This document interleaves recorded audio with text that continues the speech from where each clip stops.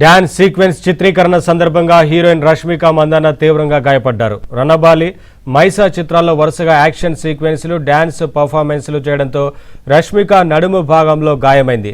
రష్మిక 6 వారాల పాటు పూర్తిగా విశ్రాంతి తీసుకోవాలని వైద్యులు సూచించారు. ఆమె త్వరగా కోలుకోవాలని అభిమానులు, శ్రేయోభిలాషులు కోరుకుంటున్నారు.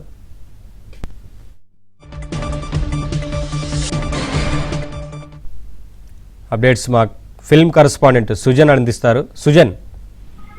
ఎస్ నవీన్, ఇండియాలోనే పాన్ ఇండియా వ్యాప్తంగా కూడా ఒక బిజియెస్ట్ హీరోయిన్ గా రష్మిక మందన ఉన్నారు.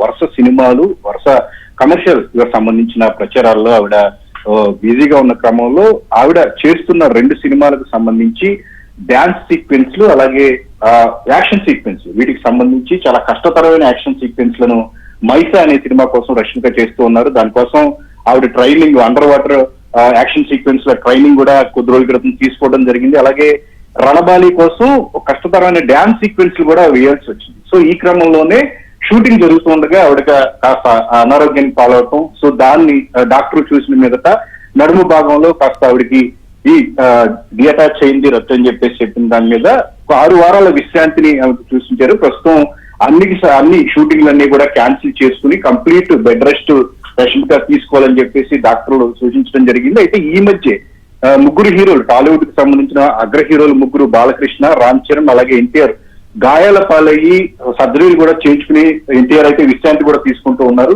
ఇదే క్రమంలో ఇప్పుడు మరొక టాప్ హీరోయిన్ అనేటువంటి రష్మిక కూడా ఈ రకంగా గాయం పాలవటం పట్ల అంతా కూడా ఒక చర్చనీయాంశమైంది. అభిమానులు అందరూ కూడా త్వరగా కోలుకుని అందరూ మళ్ళీ తిరిగి షూటింగ్ లో పాల్గొనాలని కోరుకుంటారు. రష్మిక తగిలిన గాయానికి కూడా వెంటనే మాని తిరిగి ఆవిడ పూర్తి ఆరోగ్యంతో చిత్రీకరణలో పాల్గొనాలని చెప్పేసి ఇటు ఇండస్ట్రీకి సంబంధించిన వారు, అటు ఆమె అభిమానులు కూడా ఇప్పుడు కోరుకుంటూ ఉన్నారు. Thank you Sujan.